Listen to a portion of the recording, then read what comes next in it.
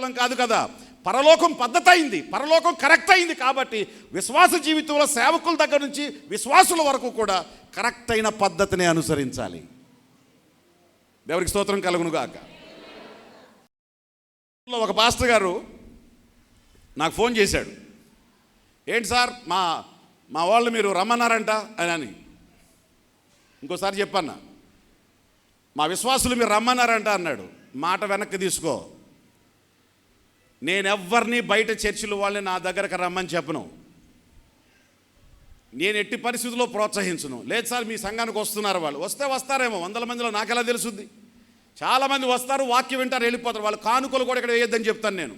వాళ్ళ దశంభాగాలు కూడా ఇక్కడ వేయొద్దని చెప్పి వాళ్ళ చర్చిలో వేసుకోమని చెప్తాను నేను. చాలామంది వాక్యం కోసం వస్తారు. లేదు సార్ వాళ్ళు మీ సంఘానికే వచ్చేస్తున్నారు. ఏం జరిగిందన్న? వాళ్ళు నాతో గొడవ పడ్డారు, అప్పుడు వీళ్ళు వచ్చారు. ఎవరమ్మా వీళ్ళు అంటే వాళ్ళు వచ్చారు. వచ్చిన తర్వాత నేను అడిగాను, ఏంటి ఎందుకు వచ్చారు మీరు అన్న. అయ్యా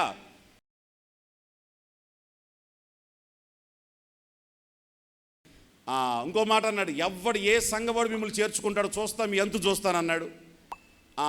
ఇక మేము ఏ సంఘానికి వెళ్ళిపోకుండా ఎవరు మమ్మల్ని చేర్చుకోరు కాబట్టి ఆగిపోదామని చెప్పి మేము అనుకున్నాం. కానీ ఎవరో చెప్పారు, రంగరాజు గారి దగ్గరికి వెళ్ళండి, ఆయన ఇట్లాంటి విషయాలు ఏమి పెద్ద లెక్క చేయడాన్ని చెప్పారు అని చెప్తే మీ దగ్గరకు వచ్చామయ్యా అన్నాడు. నేను చెప్పాను, ఖచ్చితంగా మీరు చర్చికి రండి అని చెప్పాను. ఖచ్చితంగా మీరు చర్చికి రండి. ఆ పాస్టర్ గారు నేనే ఫోన్ చేసి చెప్పా.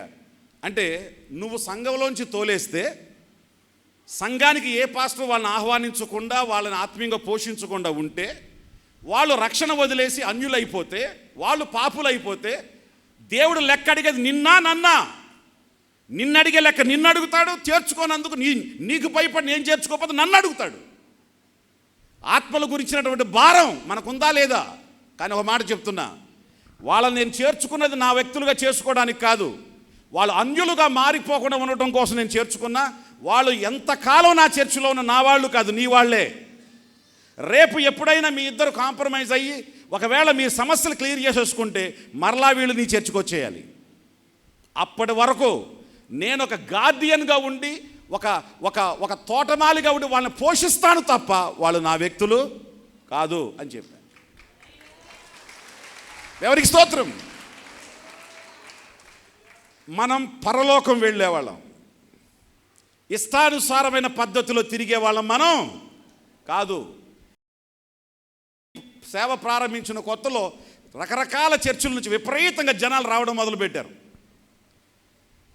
ఒకరోజు పాస్టర్స్ ఫెలోషిప్కి నన్ను పిలిచి వాళ్ళు అడిగారు, సార్ ఇట్లా మా వాళ్ళందరూ మీ దగ్గరకు వచ్చేస్తున్నారు, మీరేమో రమ్మని పిలిచారంట అన్నాడు. అప్పుడు చెప్పాను, నా సంఘానికి వచ్చినటువంటి వాళ్ళల్లో ఒక్కల్ని నేను రమ్మన్నాను అని మీరు ఒక్క కుటుంబంతో చెప్పిస్తే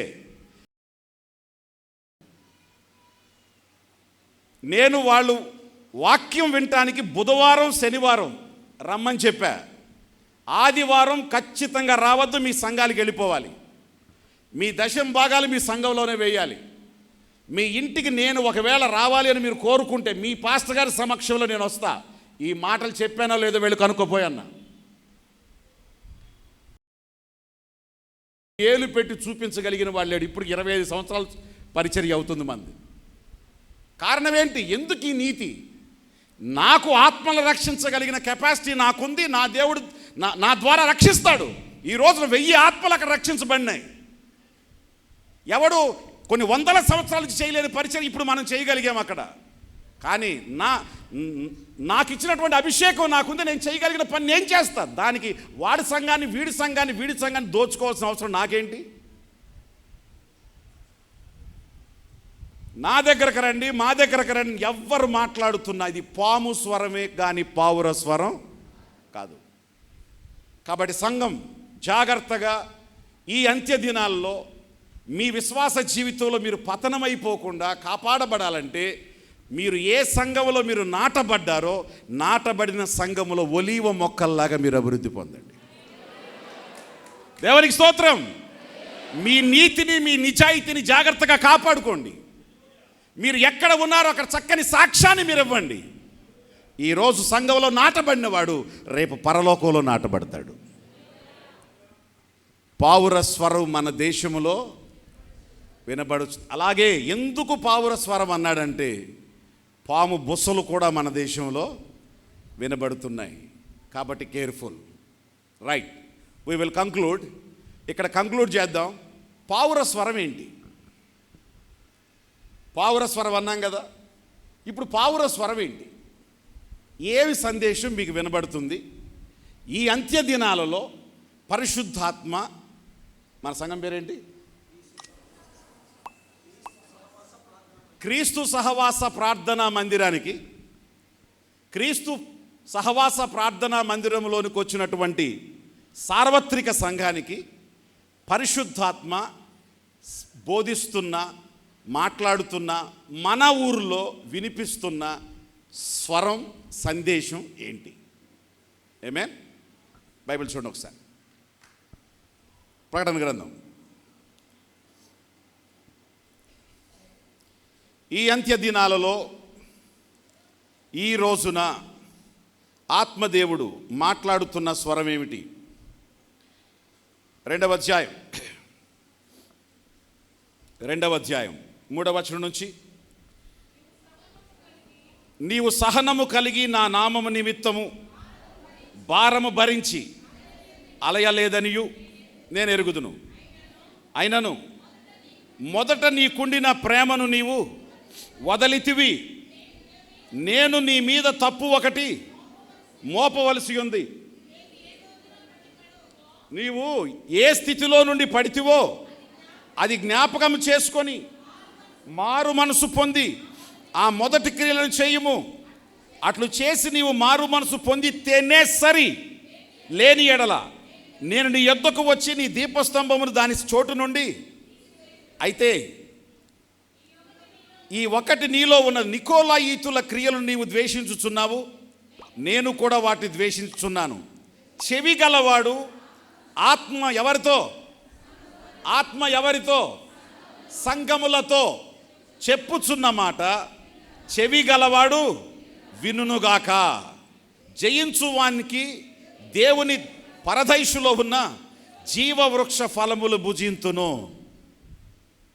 ఒకసారి స్తోత్రం చెప్పాలి.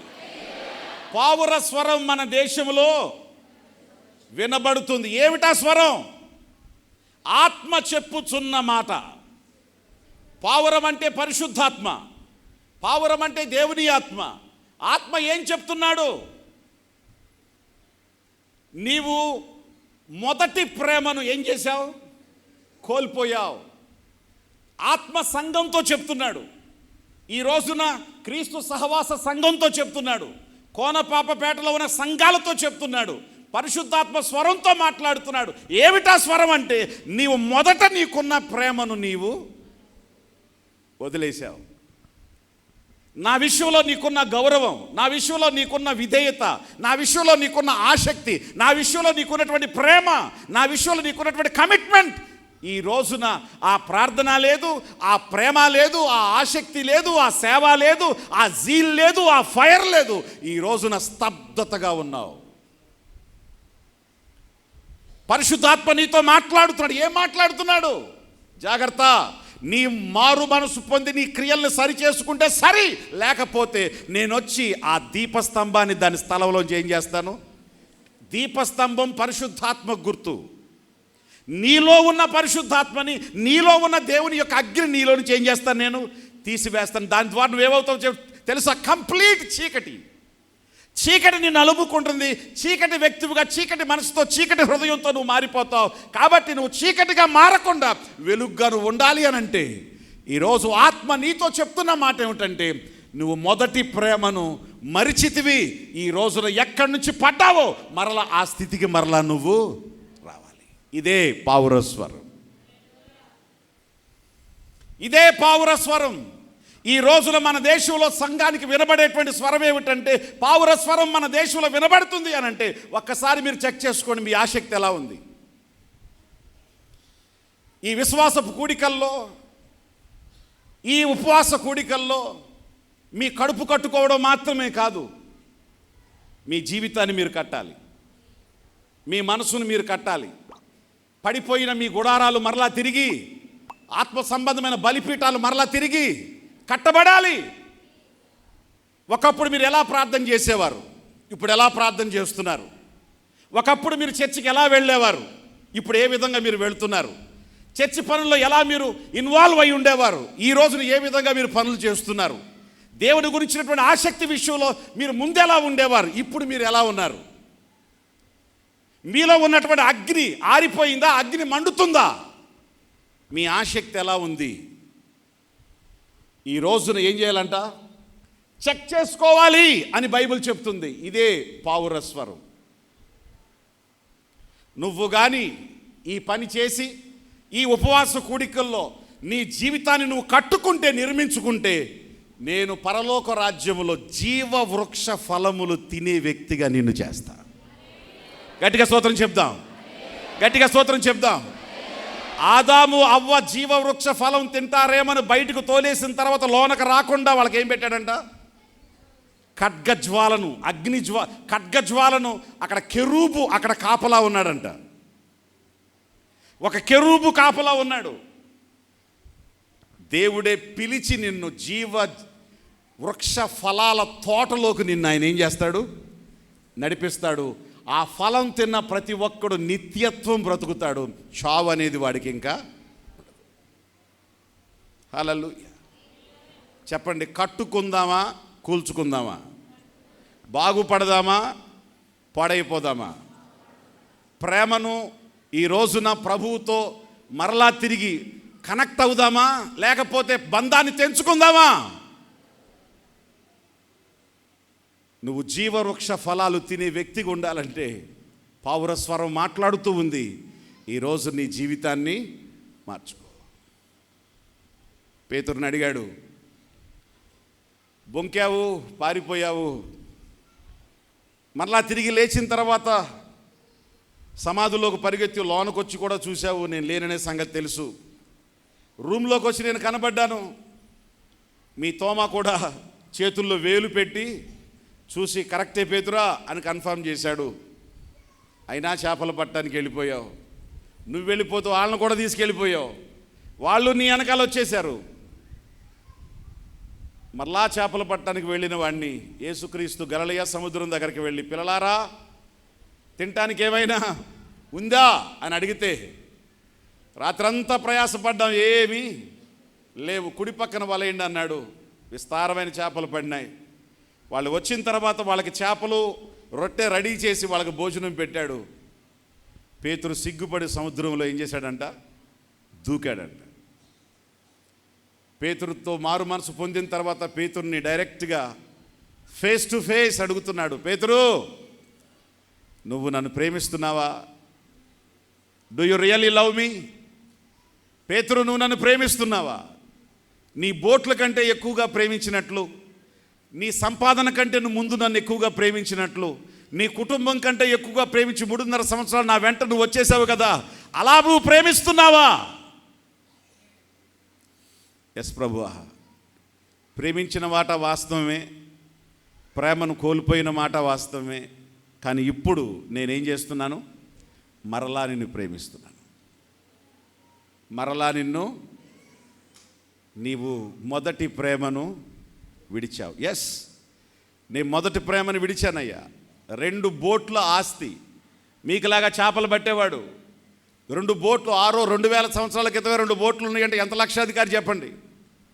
ఏమండి, 2 బోట్లు తీసుకొచ్చే డబ్బులు పక్కన పడేసి నా ప్రభువే కావాలి అని సమర్పణతో వచ్చిన పేతురు ఆయన. అలా నన్ను ప్రేమిస్తున్నావా? ఆ ప్రేమ నుంచి పడిపోయాడు. కానీ ఇప్పుడు అంటున్నాడు, ఎస్ లార్డ్, ప్రేమిస్తున్నాను, నా గొర్రెల్ని కాయి.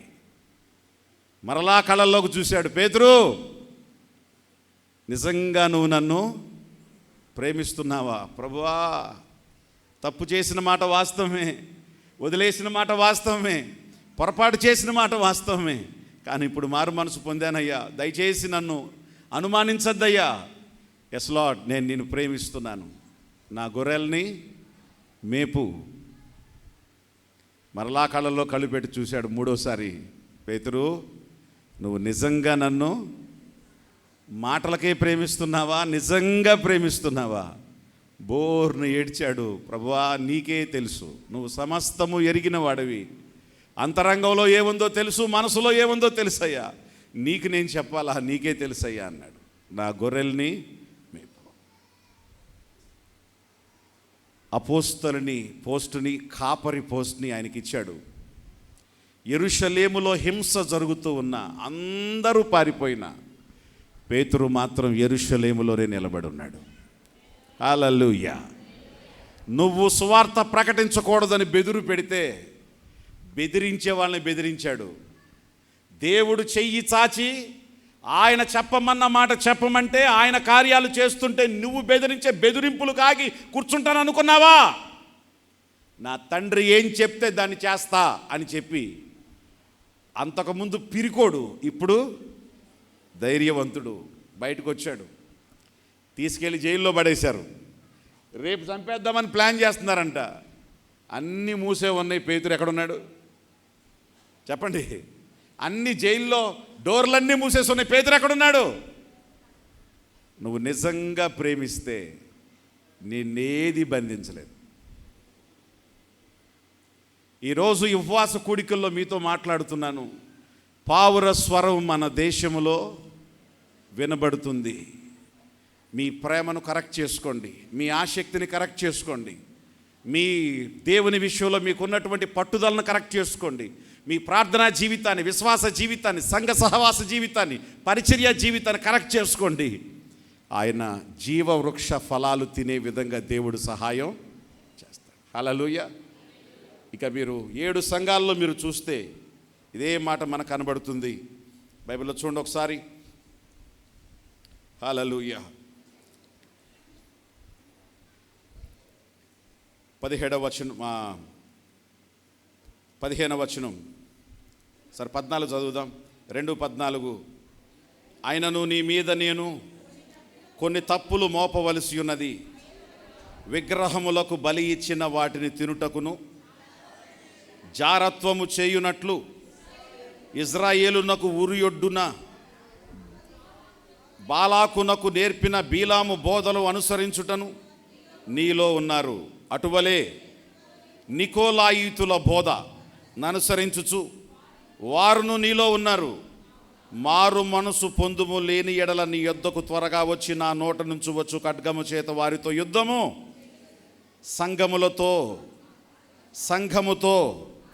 ఆత్మ చెప్పుచున్న మాట చెవి గలవాడు వినుగాక. ఎవరైతే మీరు జయిస్తారో మీకు విగ్రహాలకు పెట్టింది కాదు, మరుగైన మన్న భుజింపనిస్తాను, మరియు అతనికి తెల్ల రాతిని ఇస్తాను. ఆ రాతి మీద చెక్కబడిన ఒక క్రొత్త పేరు పొందిన వానికి గాని అది మరి ఎవనికి. స్తోత్రం చెప్పండి ఒకసారి, ఇంకోసారి స్తోత్రం చెప్పండి. ఎంతమంది మీరు విగ్రహాలకు అర్పించిన వాటిని తింటున్నారు? విగ్రహాలకు అర్పించిన వాటిని తినచ్చా తినకూడదా? ఖచ్చితంగా తినకూడదు. మీరు యూట్యూబుల్లో లేకపోతే రకరకాల మనుషులతో విగ్రహము ఒట్టిదనియు దాన్ని చేసిన వాడు కూడా మనిషే అని ఉంది కాబట్టి విగ్రహం ఒట్టిదన్నప్పుడు దాన్ని ఎదురుగా పెట్టింది, దాన్ని ముట్టుకోలేదు కాబట్టి దాని ప్రభావం ఏవి దాంట్లో ఉండదు కాబట్టి దాన్ని తింటే మనకు ప్రాబ్లం ఏంటి? ప్రార్థన చేసుకొని తింటే ఏమవుద్ది? పవిత్రమైపోతుంది అని ఈ రోజున కొంతమంది మాట్లాడుతున్నారు. ఒకవేళ ప్రార్థన చేసుకొని తింటే పవిత్రమైపోయే లెక్క ఎక్కడి నుంచి వచ్చింది? అపోస్తుడైన పౌలు ఆయన క్రొత్త నిబంధనలో విగ్రహాలకు అర్పించింది కాదు, పాత నిబంధనలో అపవిత్రం అన్న దాని గురించి ఆయన మాట్లాడాడు. కొన్ని సపోజ్ ఇప్పుడు మీరు వెళ్తారు, మటన్ షాప్కి వెళ్తారు, మటన్ తీసుకుంటారు. ఆ మటన్ హలాల్ చేసిన మటనా లేకపోతే యేసు రక్తమే జీవాన్ని కోసిన మటనా? హలాల్ చేసిన మటన్. మరి మీరు తిన్నారా? తిన్నారా లేదా? మరి పాపం చేశారా మీరు? వాడు హలాల్ చేసాడో అలవా చేసాడో ఏమిటో మనకు అనవసరం. మనకు మటన్ కావాలి, వెళ్ళాం, తెచ్చుకున్నాం, తిన్నాం, అయిపోయింది. ప్రార్థన చేసుకున్నాం, మనం తిన్నాం, అయిపోయింది అక్కడితో. నీ కంటి ఎదురుగా జరగదు, నీకు అనవసరం. నీ కంటి ఎదురుగా ఏదైనా విగ్రహానికి అర్పించింది అని తెలిసిందంటే ఖచ్చితంగా తినకూడదు. ఒకవేళ అక్కడ కానీ ప్రార్థన చేసుకొని తినచ్చు అనే పరిస్థితి అయితే ప్రకటన గ్రంథం చివరిలో వచ్చిన ఈ మాటలు ఉండేవి కాదు. మాటలు అర్థమవుతున్నాయా? ప్రకటన గ్రంథం ఈ చివరిలో సంఘానికి చెప్పినటువంటి మాటల్లో విగ్రహార్పితమైన దాన్ని తప్పు ఒకటి నీ మీద మోపాల్సి వస్తుంది, నువ్వు విగ్రహాలు కర్పించిన దాన్ని నువ్వు తింటున్నావు, నువ్వు తినకూడదు అని చెప్పేవాడు ఇక్కడ కాదు. కాబట్టి ఇలాంటి విషయాల్లో మీ భక్తిని మీరు జాగ్రత్తగా కాపాడుకోవాలి. విగ్రహానికి అర్పించింది మనకు అపవిత్రం, కానీ విగ్రహాన్ని తిను, విగ్రహార్పించిందని తిను అని చెప్పేటువంటి మనిషి అపవిత్రుడు. అతన్ని ద్వేషించద్దు, అతను చెయ్యమన్న పనిని ద్వేషించు, అతన్ని ప్రేమించు, అతన్ని గౌరవించు. అర్థమైందా? కాబట్టి ఇలాంటి విషయాలకు వచ్చినప్పుడు భక్తి ఏది, దేవుని సంబంధమైంది ఏది, దురాత్మ సంబంధమైంది ఏది, లోక సంబంధమైంది ఏది, పాప సంబంధమైంది ఏది అనేది వివేచన కలిగిన వారై గ్రహించుకొని దాన్ని మీరు చేసేవాళ్ళుగా ఉండాలి. ఆత్మ మీతో చెప్పే మాట ఏమిటంటే, మీరు అవిశ్వాసులతో విజ్జోడుగా మీరు వెళ్ళకూడదు. నీతికి దుర్నీతితో ఏమి సంబంధం, వెలుగుకు చీకటితో ఏం పొత్తు, క్రీస్తుకు బెలియాలతో ఏమి పోలిక, విశ్వాసికి అవిశ్వాసితో పాలెక్కడిది అని చెప్పినప్పుడు వారు వేరు, మనం వారిలోంచి వేరుపరచబడిన వాళ్ళం కాబట్టి మనం ప్రత్యేకమైన జీవితాన్ని కలిగి ఉండాలి అని చెప్పి మనుషులందరినీ ద్వేషించకూడదు. వాళ్ళందరూ మన బంధువులే, వాళ్ళందరూ మన మామలే, వాళ్ళందరూ మన బాబాయిలే, వాళ్ళందరూ మన బ్రదర్సే, వాళ్ళని మీరు గౌరవించాలి, కానీ ఆ పనులను మాత్రం మీరు చేయకూడదు. నా మాటలు అర్థమైనయా? వాళ్ళ ఇంటికి వెళ్ళకూడదు, వాళ్ళ పెళ్ళికి వెళ్ళకూడదు, వాళ్ళతో చేతులు కలపకూడదు. No no no. దేవుడు క్రియను ద్వేషించాడు కానీ మనిషిని ద్వేషించలేదు. అర్థమైందా? విగ్రహారాధికుడైనా మహమ్మదీయుడైనా ఎవరైనా సరే ప్రతి ఒక్కరితో మన ప్రేమ కలిగి ఉండాలి, ప్రతి ఒక్కరితో మన బంధం కలిగి ఉండాలి. పనులనే ద్వేషించాలి తప్ప మనిషిని మాత్రం కాదు. దేవునికి స్తోత్రం. నువ్వు ఇంట్లో బిర్యానీ వండుతావా? వండు, ఖచ్చితంగా వచ్చి తింటా. నా ఇంట్లో బిర్యానీ వండుతా, ఖచ్చితంగా రా. ఎందుకంటే ఒక ధర్మాన్ని నమ్మాను, ధర్మం ప్రకారం పోతున్నాను. కాబట్టి ధర్మానికి కొన్ని ధర్మాలు ఉంటాయి కాబట్టి అనుసరిస్తున్నాను. నువ్వు నీ ధర్మాన్ని అనుసరిస్తాను, నేను నా ధర్మాన్ని అనుసరిస్తాను. కానీ ధర్మాలు వేరు, కానీ మనుషులు మనందరం ఒక్కటే అనే ప్రేమతో మనం ఉండాలి. ప్రతి హిందువుని మనం ప్రేమించాలి, ప్రతి క్రైస్తవుని మనం ప్రేమించాలి, ప్రతి మహమ్మదీయుడిని మనం ప్రేమించాలి. నీ పొరుగువాడిని ఖచ్చితంగా నువ్వేం చేయాలి? నువ్వు వాడిని ప్రేమించుకొని ద్వేషిస్తే నువ్వు ఎలా సువార్త ప్రకటిస్తావు వాడికి? కాబట్టి ఇక్కడ చెప్పేటువంటి మాట ఏమిటంటే, విగ్రహాలకు ఒకసారి నువ్వు దూరమైన తర్వాత వాటి నుంచి వచ్చే ఏది కూడా మనం ముట్టుకోకూడదు. దాని విషయంలో అది ఎంతటిదైనా కూడా వాళ్ళు దానియేలు ఏ విధంగా పవిత్రంగా ఉన్నాడో మనం కూడా అదే విధంగా పవిత్రంగా జీవించాలి. అప్పుడే దేవుడు ఏం పెడతాడంటే మనకి మరుగైన మన్నా. ఏమన్నా? మరుగైన మన్నా. ఇట్లాంటి వాటికి నువ్వు కక్కుర్తి పడకుండా ఉంటే దేవుడు ఈ భూమి మీద నువ్వు అనుకోని ఫుడ్, అనుకోని దీవెన, అనుకోని రాబడి ఎక్కడా తెస్తాడు. రేపు పరలోకం వెళ్ళిన తర్వాత కూడా దేవుడు సమృద్ధినిస్తాడు. మన్నా వచ్చింది ఎక్కడ? మన్నా ఎక్కడ తిన్నారు? అరణ్యంలో. మరి మనకేమైనా అరణ్యాలు ఉన్నాయా? ఏమి లేవా? ఇక పెళ్ళిళ్ళు కాలేదు, అరణ్యాలు రాలే మీకు. అరణ్యం అంటే అర్థం కాని పరిస్థితి, అవసరమైన పరిస్థితి, ఏమీ లేని పరిస్థితి, ఎడారిగా ఉన్న పరిస్థితి, సహాయం అవసరమైన పరిస్థితి. అలాంటి టైంలో నీకు మరుగైన భోజనం పెడతాడు ఆయన. ఆమేన్. నీకు మరుగైన భోజనం నీ దగ్గరకు వచ్చి తీరద్ది. దేవునికి స్తోత్రం. నీకు ఏ టైంలో ఏం కావాలో, ఏ సహాయం నీకు అవసరమో ఆ టైంలో దేవుడు సహాయాన్ని దేవుడు నీ కోసం పంపిస్తాడు. Glory to God. నేను ఆ అనుభవాన్ని చాలా చాలా చాలా ఏ దేశంకి వెళ్ళినా, నా వాళ్ళు కానీ మన వాళ్ళు కానీ ఏ దేశంకి వెళ్ళినా ఆ కార్యాన్ని నేను చూస్తాను. మొన్న అమెరికా వెళ్ళాను కదా, ఆ ఫుడ్ తిని కాస్త చాలా ఒక రకంగా ఉంది అనిపించింది. నాకు రోటి పచ్చళ్ళు అంటే ఇష్టం. రోటి పచ్చళ్ళు ఉంటాయి కదా మనకి, పచ్చిమిరకాయల పచ్చడి, టమాటా పచ్చడి అంటే ఆ రోటి పచ్చడి ఒకటి ఉంటే బాగుండు, నాలుగంతా మరీ పాడైపోయిందని చెప్పి అనుకున్నా. ఆ నైట్కి డిన్నర్కి పిలిచారు, వాళ్ళు గుంటూరు వాళ్ళు. ఆమె టమాటా పచ్చిమిరపకాయ రోటి పచ్చడి చేసింది. నాకు దాన్ని చూసేసరికి ప్రభువా, ఎక్కడ అమెరికా, ఎక్కడ రోటి పచ్చడి, ఇక్కడ కూడా నా టేస్ట్ కావాల్సిందని నువ్వు వద్దు అన్న వాటిని తినకుండా, ముట్టద్దు అన్న వాటిని ముట్టకుండా, తీసేయి అన్న వాటిని తీసేసి ఆత్మ చెప్పుచున్న మాట ఎవడు వింటాడో ఖచ్చితంగా ఈ స్వరాన్ని వాళ్ళు వింటారు. హల్లెలూయా. సో మిగిలిన విషయాలు రేపు మాట్లాడతాను. ఈరోజు కంక్లూషన్ చేసుకుందాం. మొదటి విషయం, సోమరితనం అయిపోయింది, చలికాలం అయిపోయింది. తర్వాత నీ కోసం కష్టపడుకుంటూ పరలోక రాజ్యంలో కూర్చుకోకుండా కాదు, పరలోక రాజ్యంలో కూర్చుకునే టైం వచ్చింది. నీ కోసం స్వార్థంగా కష్టపడే సమయం ఇంకా అయిపోయింది. పిట్టలు కోలాహలం చేస్తున్నాయి, టీవీలు, న్యూస్లు, యూట్యూబ్లు, ఫేస్బుక్లు, ట్విట్టర్లు, రకరకాల స్వరాలు వినిపి ప్రపంచం ఏమైపోతుంది వినపడి, జాగ్రత్తగా విను. వీటన్నిటిలో పావుర స్వరం మన దేశంలో వినబడుతుంది. ఈ 3 రోజులు ఈ పావుర స్వరాన్ని ఎవరు విని ఈ స్వరానికి మీరు లోబడతారో, ఎవరు విని ఈ స్వరానికి మీరు లోబడతారో, ఈ రోజున జీవవృక్ష ఫలాలు తినేవాళ్ళు మీరే, మరుగైన మన్నాను తినేవాళ్ళు మీరే, పరలోక రాజ్యానికి వారసులు కూడా మీరే.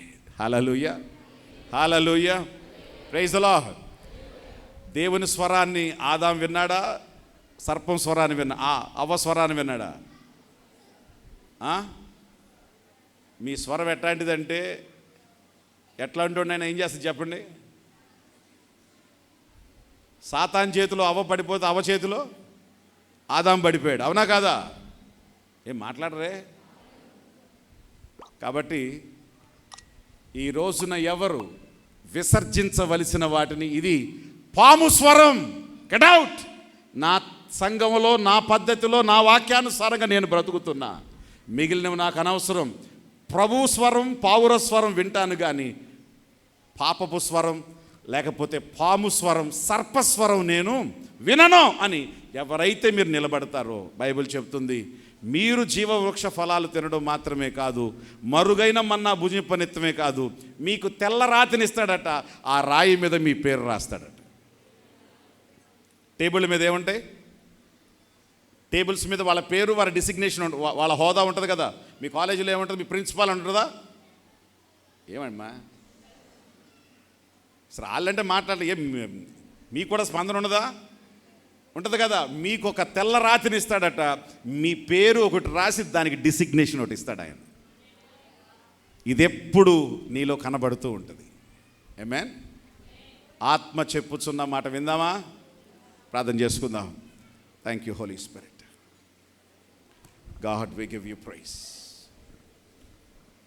అందరం ఒక్కసారి మీ బైబిల్ మూసి తలలు వంచి, వర్షాకాలం ఇక తీరిపోయింది, వర్షం ఇంకా రాదు. జీవితమంతా సంపాదన సంపాదన సంపాదన సంపాదన కోసమే బ్రతుకుతున్నావు. ధనవంతుడితో అంటున్నాడు, అన్నీ సంపాదించావు, నువ్వు సంపాదించినవన్నీ ఎవడవవుతాయి? అలెగ్జాండర్ ది గ్రేట్ ప్రపంచాన్ని 30 సంవత్సరాలకే జయించిన వీరుడు చచ్చిపోతూ ఏం చెప్పాడో తెలుసా? నన్ను సమాధి చేసేటప్పుడు నా చేతులు బయటికి పెట్టి సమాధి చేయండి. ఎందుకయ్యా? చచ్చేటప్పుడు నేను ఏమి తీసుకొని పోవట్లేదు, ప్రపంచాన్ని పట్టుకున్నాను అనుకున్నాను, కానీ నా చేతుల్లో ఏమీ లేదు అనే సంపాదన సంపాదన సంపాదన, చచ్చిన తర్వాత ఒక్కడు కూడా తీసుకెళ్ళలేవు. అబ్రహాము రొమ్మున ఆనుకున్నాడు ఒక లాజరు అనేవాడు. ఎక్కడో కింద కూర్చోవటం కాదు, అబ్రహాము ప్రక్కన కూర్చున్నాడు. ఎట్లొచ్చింది వానికి? వాడు జీవించిన జీవితం, వాడి కష్టాల్లో, వాడి ఇబ్బందుల్లో, వాడి అనారోగ్యంలో,